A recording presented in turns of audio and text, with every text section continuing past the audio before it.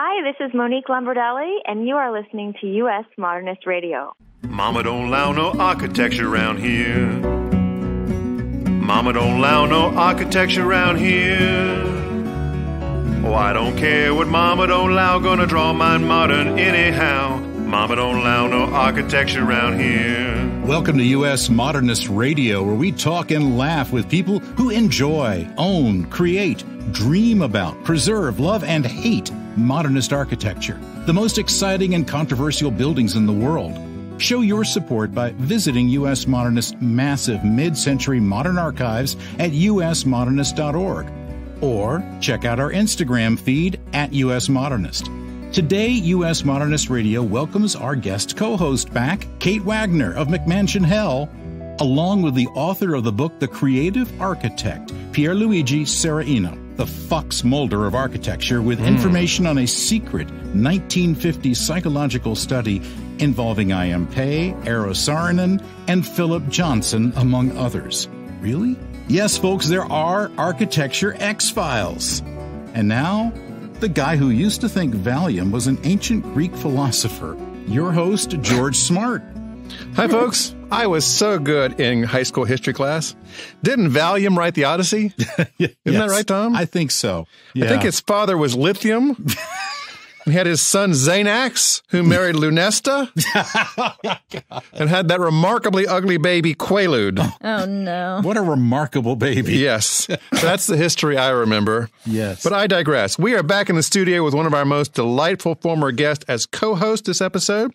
You know and probably love Kate Wagner from her hilarious blog McMansion Hell, where she dissects ridiculously designed giant houses and their many expensive, impractical features. Welcome, Kate. Thank you, George. So you were going along doing your blog and exposing all the really stupid design flaws of these monster houses. And then one day you got an email? I got a, email. And it was from? Zillow. And what did they have to say? Destroy your blog or else we'll sue you. Why'd they want to do that? Because I'm a good girl. I'm an academic. I cite my sources. I said I got all my photos from Zillow. It's cool because it's under fair use. And they were like, you gotta stop. And it was right after I had a televised interview with the Washington Post. And so right after that, the same day, I was already having a bad day that day. First of all, I had bed bugs. So I was at the laundromat all day washing everything that I owned. And then the Washington Post video launched and everyone was like, this girl has ugly hair. It's like, what is that haircut? And I was so insulted because my hairstylist used to work on Broadway and he's so great. It was not fair. And anyways, I got this letter and I thought it was a prank. And it said, you gotta stop. It was like a scary cease and desist letter. And so From Zillow. From Zillow. Their lawyers? Yeah. It was some guy on Zillow's law team who's debacle. But so I tweeted, oh, God, no, Zillow's trying to sue me. I need help. And so the Electronic Frontiers Foundation came to my rescue and they wrote a counter letter to Zillow saying, if you don't step down, fine. You can come, we'll take you on. And they were like, no. Like three days later, this saga unfolded in a span of 3 days. There was it was a bad PR move for Zillow. A bunch of course, all the architecture websites were like the Architect's Newspaper and Curbed and all. They're like, Zillow suing the blogger who writes the funny house blog with the arrows.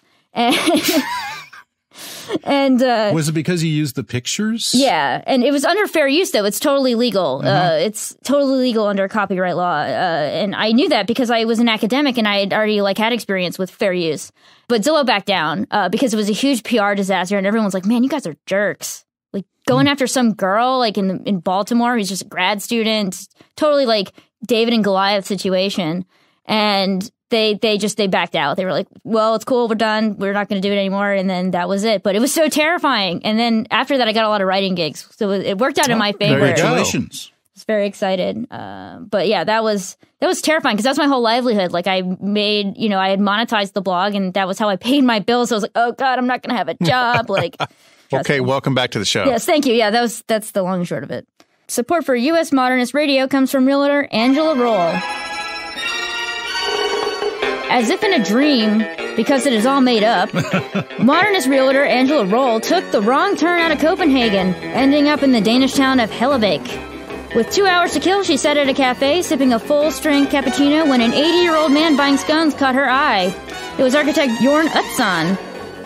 Having just attended the Pritzker Prize for Sverfen at Versailles outside Paris, she struck up a conversation with Utzon, who was delighted to talk shop and share scones with an exciting American. Scorned and forgotten and marginalized for decades by Australia for the incredible achievement of designing the Sydney Opera House, Utzon was bitter and angry. Just the day before, the government asked him to design renovations, and he was going to tell them off. Putting her hand on his, Angela whispered something in his ear. Utzon smiled, and later that day, he accepted the commission. Just a few years later, they met again when he was awarded the Pritzker Prize in Madrid. Today, Angela uses her persuasive skills and architectural training to specialize in modernist houses, advising buyers and sellers on everything from appropriate renovation to finding the best cappuccino. Angela Roll is your special agent. Reach her at angelaroll.com, that's ROEHL, or 919-995-0550. Hey, thank you, Kate. What a touching story. Pierluigi Serraino is an architect and author with expertise on post-war American architecture, modernism, architectural photography, and digital design. He has been published in Architectural Record, Architecture California, the Journal of Architecture Education, and Architectural Design, among other publications, and has authored several books. Among them, my favorite, Modernism Rediscovered, which we'll talk about, plus NorCal Mod, Icons of Northern California Modernism, and most intriguing, The Creative Architect, which is the XFiles of Architecture. There was a secret 1950s creativity study of the top architects of the era, including Eero Saarinen, I.M. Pei, Philip Johnson, Louis Kahn, Richard Neutra, George Nelson, and dozens more to find out what it was that made them creative, what made these geniuses geniuses. Welcome to the show, Pierluigi. Wonderful being with you guys. So let's start with one of your first books, Modernism Rediscovered, which came out, I think, in 2000, right? Correct. And you were working with Julius Shulman, who was still alive, to produce a book of his lesser-known work. Yes, this was, in fact, my thesis at UCLA. I got an MA in history and theory, and my thesis was on architectural photography. And I made an observation in a theory class looking at the Kaufman House. And I said, I'm not sure if we're liking the architecture, if we're liking the picture. And then the teacher approached me and said, Shulman talks about the abandoned files in his archives. Would you be interested in looking at them? So I sent a letter to Shulman, and he called me at home. I come from Italy, as you can tell, and Italy is a beautiful place, but it's also a very hierarchical place. So I would have never dreamed that someone of the stature like Shulman would call me. But that's the beauty of California. So Julius gave me a shot, so to speak, and I went to visit him, and it all started. And as I went through that process, first I thought that the reason why we don't know anything about these jobs is because they're not that interesting. And I was profoundly wrong, and that was the shocking thing.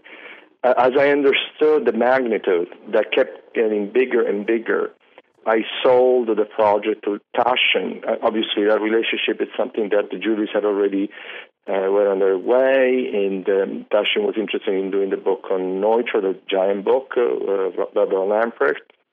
And so we sat down, me, Peter Gersel, and Julius, and I made the case for this book. And when the galleys came out, Taschen, who was skeptical, came around completely back and endorsed the book to the nth degree. And now the book, it's 18 years in print. Obviously, in a way, it's a sort of an Instagram on paper. But it told a bigger story about California modernism, but to me, even a bigger story about how we remember architecture in general. And I thought, well, I bet the same pattern of remembering, forgetting is happening in other areas of the country and in the world. And in fact, that is precisely the case. I did it in Northern California. I did it on the East Coast. I did it in one case in Italy. It's the same story. You only know 5 to 10% of a photographer's archive, and then there's a good midsection that has incredible designs that for some contingent reasons never made it.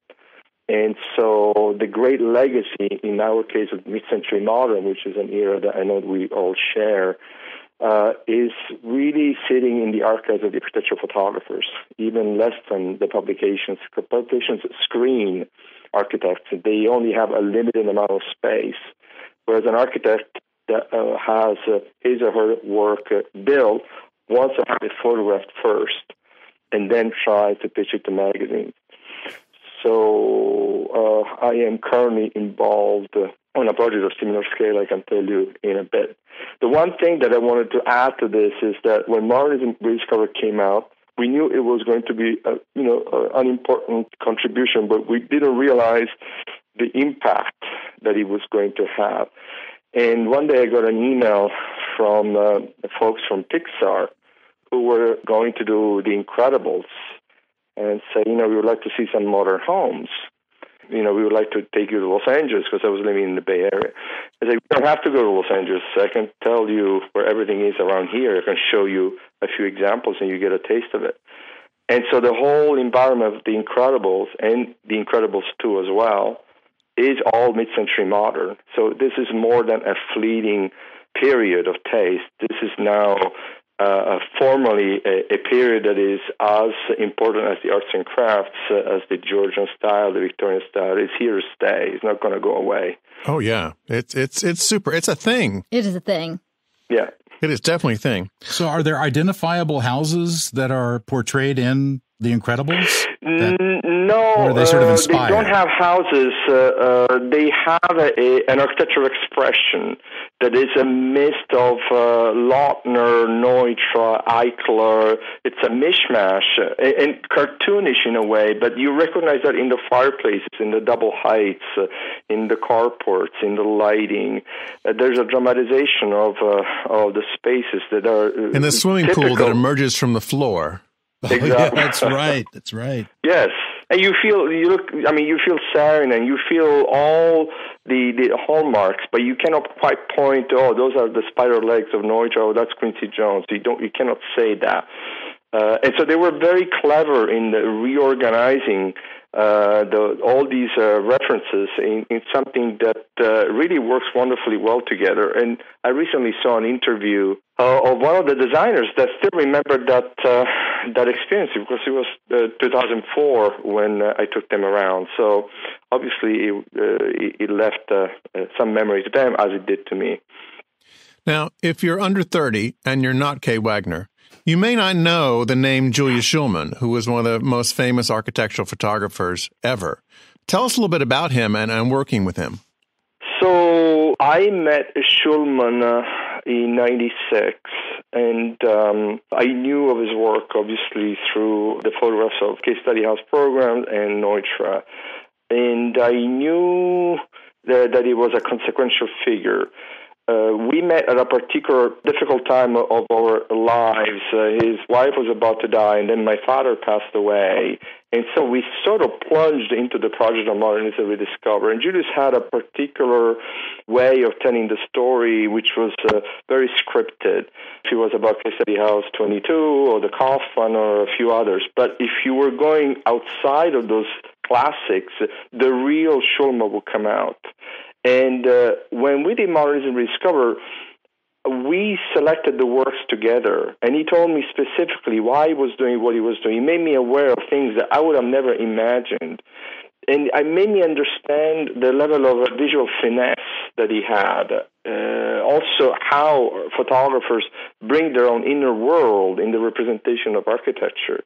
So Julius was a very happy gentleman. He liked the women. He liked napkins. He liked skirts. He liked a good life. He was an hedonist. He was not frivolous. He was genuinely embracing life of what he had to offer. He had a smile on it. And that made it into the pictures. Then, later I saw this movie called Visual Acoustics. Oh, yeah. And that wasn't Shulman. And I saw some footage where he looked very stern, but as if he was angry or something. That was not the Julius that I met. And He was my best man at my wedding. We got really, really close.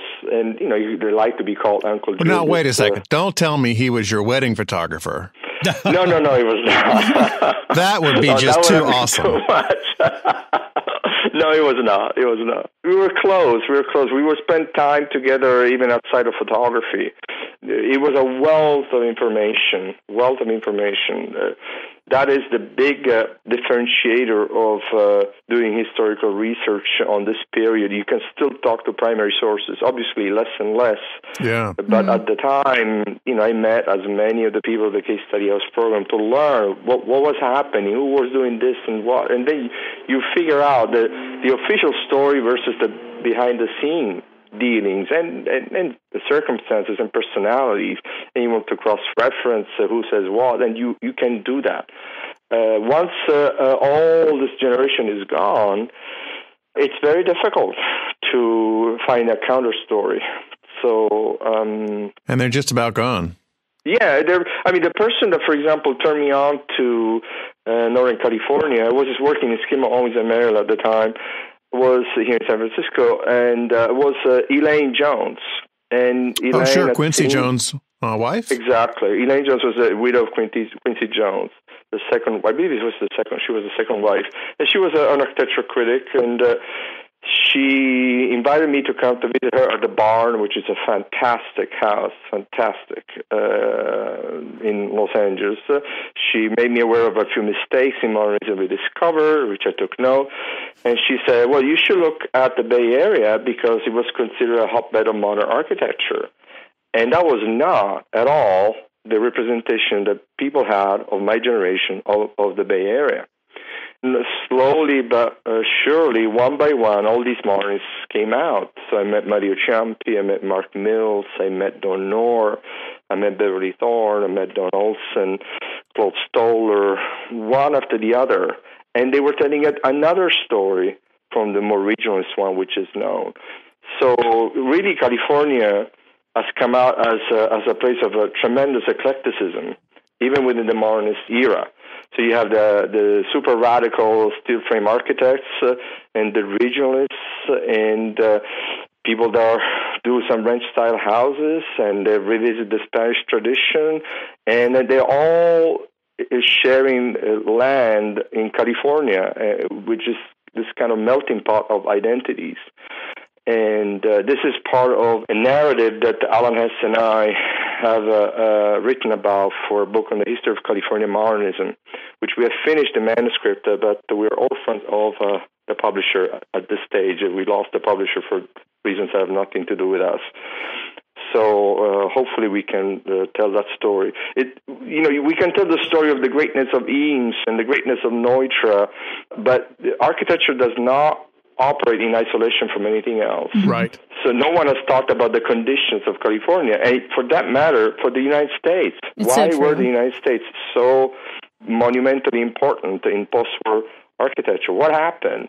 Why did Europe lost that supremacy? Why? Well, before we get into we're getting to the really big questions here. I want to go back to the book. Sorry. If you haven't seen Modernism Rediscovered, it's been around 18 years. You can get it. It's so good. And one thing I want to talk with you about was that an architect I particularly like, and you used his house on the cover of the book, was Richard Spencer. Yeah. Tell me about him. He is a complete unknown for most people. Yeah, Richard Spencer was actually not an architect. He was a designer. I believe he was almost like a mechanical engineer. He did a few houses. The picture that is on the book, the original is actually flipped. Natasha made that change single-handedly. He was published in Arts and Architecture. He was published in the Los Angeles Times.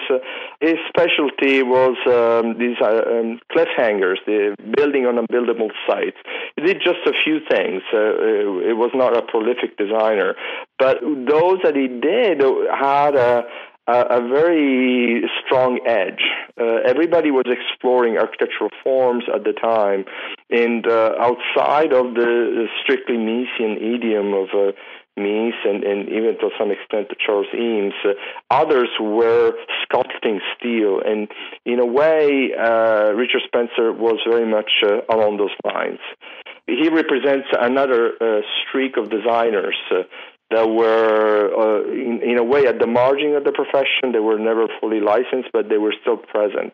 Like Craig Elwood. But Craig Elwood, already being part of the Case Study House program, had a whole different authority. And also, he had the extraordinary photographs of Marvin Rand. That same kind of powerful impact that the Neutra-Shulman pair had, essentially Elwood and Rand had on their own right. So I would argue that Elwood got to a level of commissions much higher than Richard Spencer ever did. And, Esther McCoy did the monograph on him. He did 3 case study houses. Then he got bigger and bigger jobs. Elwood, I heard mixed stories about his personality, but the work has tremendous consistency. I understand that there's also Jerry Lomax that had a big hand behind many of the designs. So I saw the Daphne residence in Hillsborough, which is spectacular. And I've seen the Johnson House in Los Angeles. Really beautiful, inspired work. I think Spencer is more like a curiosity, but it just speaks to the nature of the kind of playfulness of California modernism. I spoke with his wife about 8 years ago. She was still around. And on our website at usmodernist.org/Spencer, you can see every house that Spencer designed. There are about 25 of them, including the ones that were featured in this book. So it's really, he was an interesting guy and had a very interesting life. All right, let's get on to the XFiles of Architecture. There was a secret 1958 to 59 psychological study conducted at the Institute of Personality Assessment and Research. That sounds very criminal already. At the University of California, Berkeley, that scrutinized famous architects to try to figure out what makes a person creative. Coffee. That's it. Coffee. Beer. Oh, yeah, a good Java. I'll cash your check, thank you. So tell us. And a very big ashtray for their cigarette butts. Oh, yeah. At the time. So tell us, how did you find out about this study?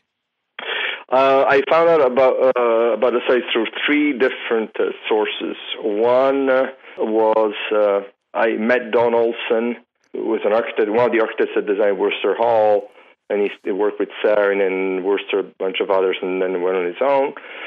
And then I wrote a monograph on him, and he was one of the 5 committee members that selected the architects. And he told me, around 2005, something like that he has been part of this study, and nobody knew what the study was. Then I heard that I read somewhere in the New Yorker through Paul Goldberger that Philip Johnson had told him that he had been part of the study, but again, no one knew what the study was. Then I met Raymond Neutra, with whom I'm quite close, at the Oakland airport in 2009. Was it a clandestine meeting in the dark of night? Well, it was just serendipitous. I was flying in, he was flying out, and he said, I found the files of my father for this creativity study, and you might want to look at them. And surely I wanted to look at them because I knew now where they were. They were not in the architecture department, and they were in a storage space in Richmond. So I was connected to one of the researchers, the original researchers, Wallace Hall, and I spoke with him over the phone.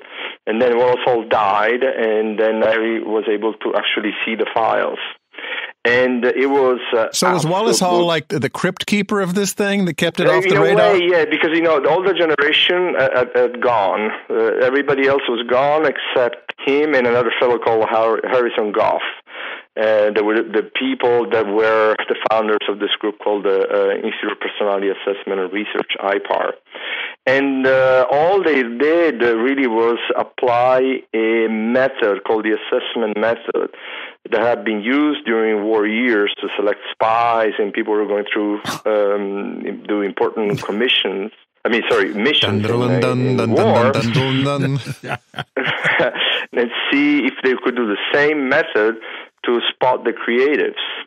And he said you cannot spot the creative at their potential. You have to spot the creatives when they are at the peak of their creativity and understand the circumstances of how they were able to do what they did. So the person that spearheaded this process was Donald McKinnon and Wallace Hall. So then I saw the study, and the study was covered by the Human Subject Committee protocol. For 50 years you cannot do anything, but 50 years had passed. So I was able to look at everything, and it is absolutely shocking what is inside in terms of the nature, of the tortured nature of many of these characters. They were not, by any stretch of the imagination, very well-adjusted individuals. It's not that they were nuts, but they had their own conflicts, and they used architecture as a way to structure their emotional intensity. So people that lost dear ones, Ralph Rapson, for example, lost his mother and early in his life, and he had a problem with his arm, and he just used architecture as a way to sublimate those difficult conditions. And people were just very open about it. George Nelson was very conflicted about his own Jewishness. We didn't quite know what it was, what was going on. Shemayev, everybody said something. It was very, very enlightening on many levels. It made me realize that people overcome all sorts of obstacles to do the work that they did. It made me admire the heroes of today. Then, I met Stephen Hall shortly after the book came out, and I sort of internally checked if he fit that profile, and he was like spot on that profile. People that underperform in high school, they don't really care, they're B- students, and then in college they find their vocation, and they self-radicalize in their own art. So this is across the board for all the creatives. So to learn the behind-the-scenes situations, and also to share some of these files with the children, has been a really amazing experience. You want to be very tactful. I share these files with Eric Saarinen. There was a lot of very sensitive information. You want to respect that. But you understand why Saarinen was so intense about doing the work. And I have learned about an intensity through Julius. And then recently I met Kevin Roach, who is still kicking and fantastically well. I mean, the guy was incredibly intense, incredibly focused on the work, but there is a reason why people do what they do. And so the study looked at those reasons. And there was Louis Kahn, there was Neutra, I heard the recordings. It was really a unique experience. Which architects were in it? So far, the ones I found were Impey, Johnson, Neutra, Saarinen, Kahn, Nelson, you said Ralph Rapson. Who else? Yeah, there was Ralph Rapson, there was Howard Hamilton Harris, there was Harry Weiss, there was Louis Kahn, I said, there was Victor Lundy. How many people total? 40 people, 40 architects. They grew in groups of 10. Did they know that they were participating at the time? Oh, yes. They had been invited. A number of them, they found the letters of rejection of Gropius, of Mies. I wonder what effect that might have had. But to see also the letterheads was amazing. Yamasaki wanted to be part of it, then he couldn't. Victor Gruen was suspicious about it. Pietro Belluschi came and warned Yamasaki, listen, it's going to be a grueling weekend. I've never seen all these tests all at once. They were bombarded for 22 hours in 2.5 days. Were the results ever published? The results have to be anonymous. So some academic papers were put out, but never formally a book. And fundamentally, the big lesson that was learned was that the creatives are hungry for a certain amount of autonomy. They have no doubt about themselves. And, time disappears when they do the work that they do, sometimes at the expense of their loved ones. A number of they had a very strong feminine index. They were very much in touch with their feelings. And we're talking about people like John Carl Warnicki, who was a cowboy, in terms of the presence. But he was a really, really phenomenal architect in the early days. There was that famous photo in Playboy of all the modernist architects sitting in their chairs. Yes. And it sounds like that almost all these guys were also part of this study. A number of them. Charles Eames was supposed to come, but part of the deal, he was supposed to be here on Friday. It all happened in Berkeley. They used to be at the Claremont Hotel. They had to be here from Friday at noon till Sunday afternoon, and he could not be on a Friday, but he could be on Saturday and Sunday, so that they could not use his availability. But many of them were there. To me, the big thing was really the differentiator was Saarinen, because at the time, Saarinen, there was a whole chart. People were voting, architecture critics, professors, of all the architects that were living that had been invited. Saarinen was the third in the chart. First was Frank Lloyd Wright, and the second was Mies. So when Saarinen decided to come, after great pressure for Worcester, then Philip Johnson accepted, and then Victor Landi accepted as well. And he was able. He agreed to come in April, and the study was. The last weekend where he was in was April the 26th, something like that. And they had done some local architects, Mario Ciampi, Warren Callister, Worley Wong, and then some obscure architects, Walter Gordon from Portland. There was Paul Kirk from Seattle. There was Harris Armstrong from Missouri, very good architect. O'Neill Ford from Texas. One of the Keck brothers was there. Wow. Interesting. So it was Paul Schweiker. Paul Schweiker, sure. Yeah, Paul Schweiker is a great architect. Yeah. People know next to nothing about him, but he was a really talented architect. And again, it's the same story. It's kind of frightening if you think that architecture speaks for itself, that you don't know anything about these characters because the work was so good, so, inspired and such high quality. So I find that the big challenge is to how can you increase the design literacy of the general public to really understand red wine from Coke kind of thing. Yeah. People just see buildings as square footage, but there was a level of finesse and art and heart in these buildings that are really, I think it's part of the era. This was a time where architecture had tremendous confidence about itself. Tremendous. How did they pick these guys? And I'm assuming that they were all men, right? You're very good observation. They could have chosen Florence Knoll, right? Yeah. That they didn't. They could have chosen even architects that were even more radical, like Frederick Kiesler. Yeah. Or Bruce Goff. Yeah, Bruce Goff. But they did. They tried. Well, there were some people, when they were selecting the architects, they had to do an evaluation. So I found all the evaluations. And you can see why Berkeley shaped its culture in a certain way. Worcester was very much an architect that latched onto a pre-industrial heritage of California. So the barn, the ranch, the low-profile building, kind of almost low-tech technology seemed to be more prevalent in his architectural expression. And then he was very fond of Scandinavia and Finland. I saw the evaluation of Gordon Banshaft, and he said like a metal and glass boy, and like dismissed the Banshaft like after the Lieber House and the Beinecke Library, one of the most important architects of the mid-century period. Or for Conrad Waxman, who was very important in the technological aspect of architecture. The guy seems interested only in joinery. People come in their true colors. So Bruce Goff, because he was a bit of an outcast, taking some aspects of the work of Frank Lloyd Wright to an extreme, he was sort of branded a kind of an odd bird.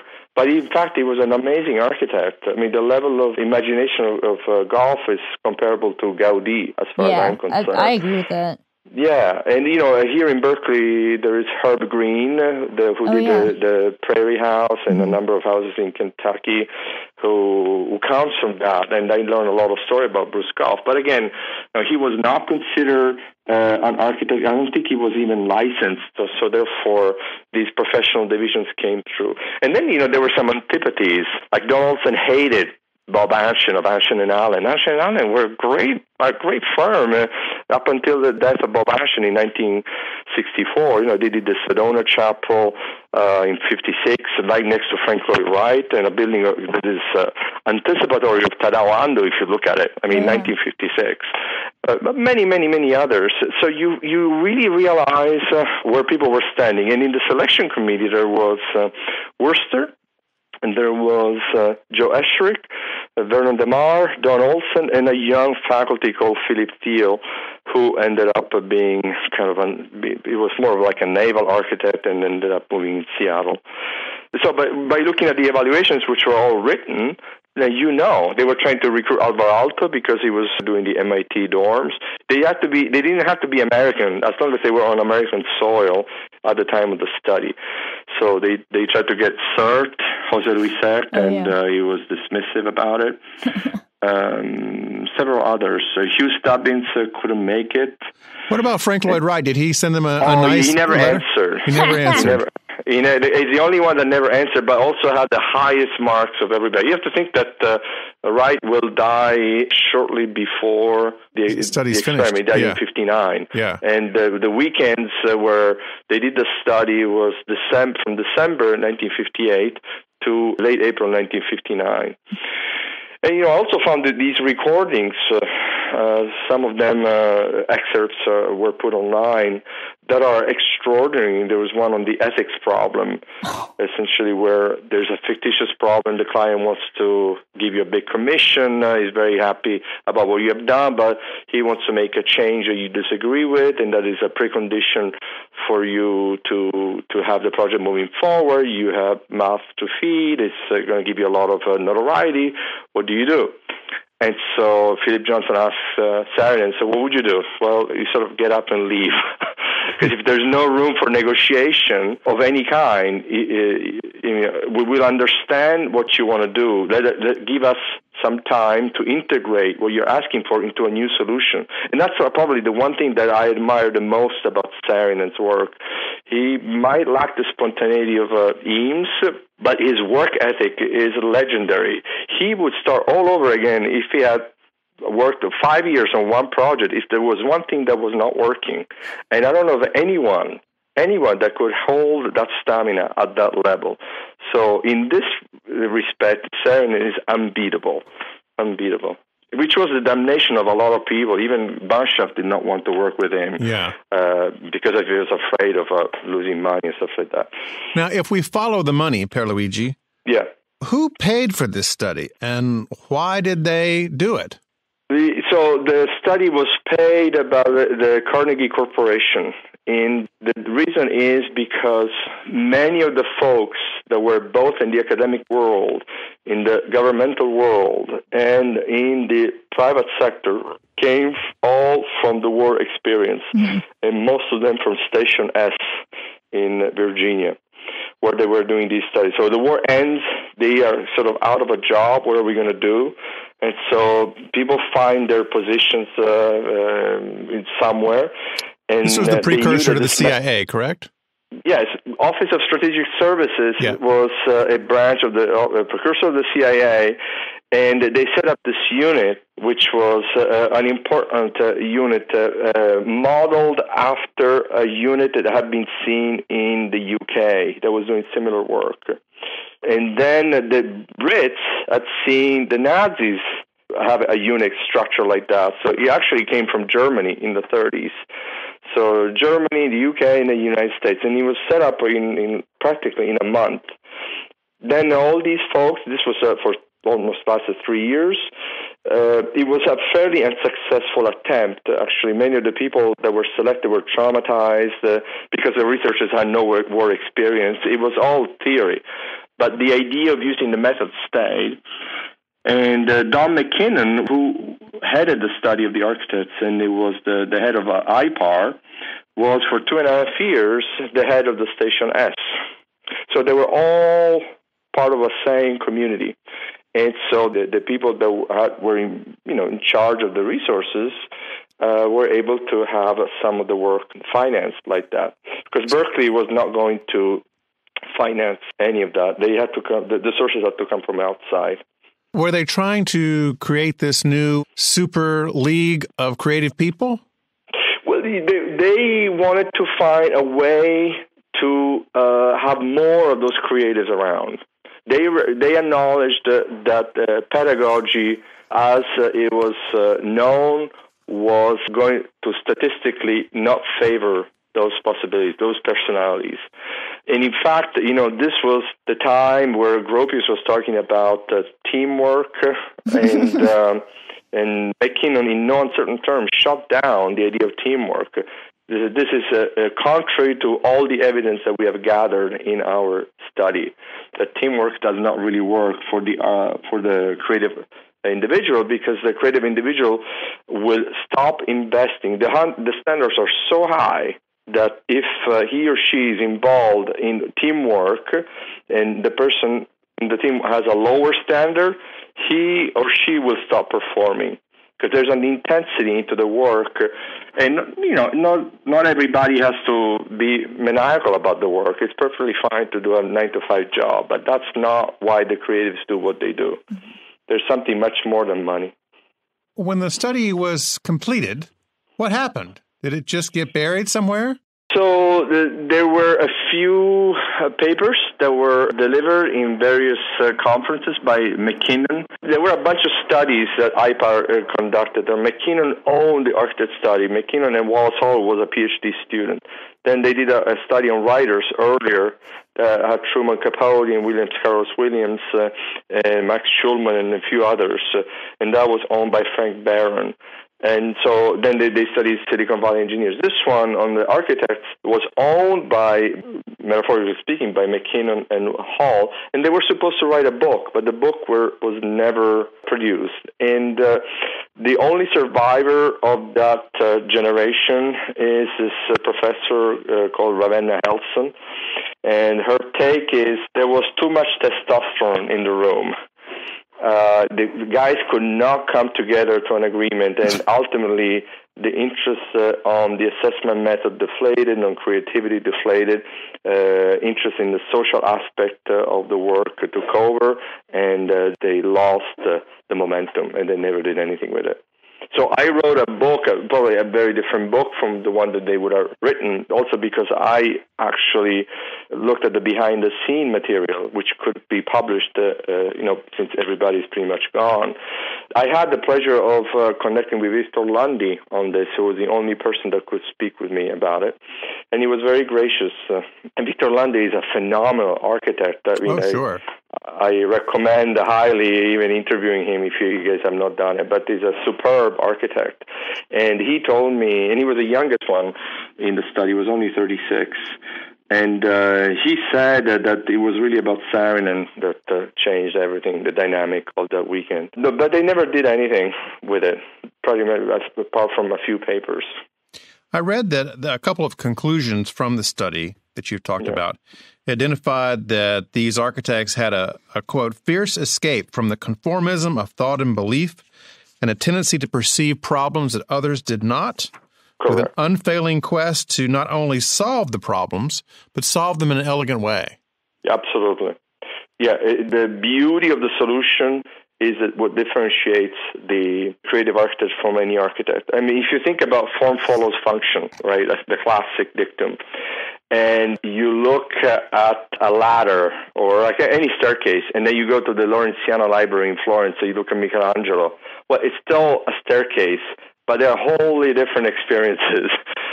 So function has many, many, many different forms in which it can be organized. And so the creative person seeks the solution that will be the most efficient and aesthetically consistent and has an element of originality. In the study, they identified three key components for the problem, for something that makes that solution creative and that person creative. You have to tackle real problems, not imaginary problems. You have to solve them in a unique way, not in ways that have been solved in a standardized fashion. And then you have to hold the insight of this different way of thinking for a very long time, because you have a whole world structured around those standards that will strike back. And resist so you. It takes a lot of stubbornness to go through that fight. And so that's why you have that intensity of characters. Well, one last question, Pierluigi, because I know you have to go, and we really appreciate your making time for us today. Sure. It's well established that Saarinen designed the secret situation room underneath the White House and would have had connections with intelligence communities in the design and assembly of that classified space. Did any of the other architects have that same kind of connection, or was it just Saarinen as far as you know? Well, I'm aware that Kahn and Buckminster Fuller were recruited by the government to be part of a unit. And I can't remember the name of the unit, maybe it'd be the presentation unit, but essentially they had the task of finding ways to organize an enormous amount of data in a very synthetic and intelligible way for the president to make decisions. So a number of these architects, and a fellow called Barry Katz, did a study on that, and it's mostly fascinating. So certainly Saarinen was aware of the OSS and how design had been used in the war effort. There was no mention in the transcripts of the interviews and even in the recordings of that experience at all.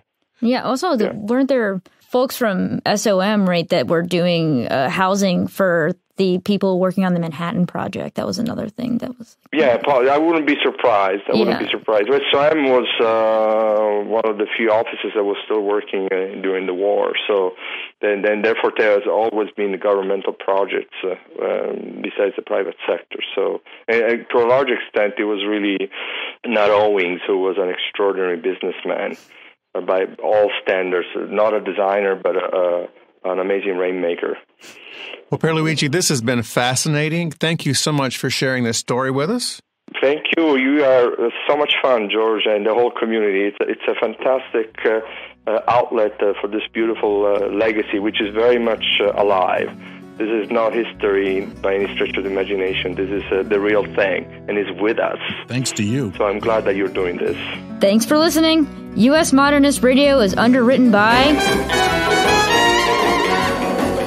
Angela Roll, your special agent for modernist houses. 919-995-0550. Okay, take us out, Tom. Visit usmodernist.org to listen to past shows and discover 7,000 mid-century modernist houses, plus millions of pages of architecture magazines, and it's all free to access. US Modernist Radio is produced at Soundtracks Recording Studios in Raleigh, North Carolina. Our theme song is performed by George Smart and Robinson Earl. You can see a photo of our ace researcher, Cindy Stratton, not her real name, at usmodernist.org. US Modernist Radio is a production of Triangle Modernist Archive, a nonprofit educational organization for the documentation, preservation, and promotion of modernist residential design. Remember, the truth is out there. Yes. There. George and I will be back in 2 weeks with another under-the-radar, secretly government-funded XFiles edition of US Modernist Radio.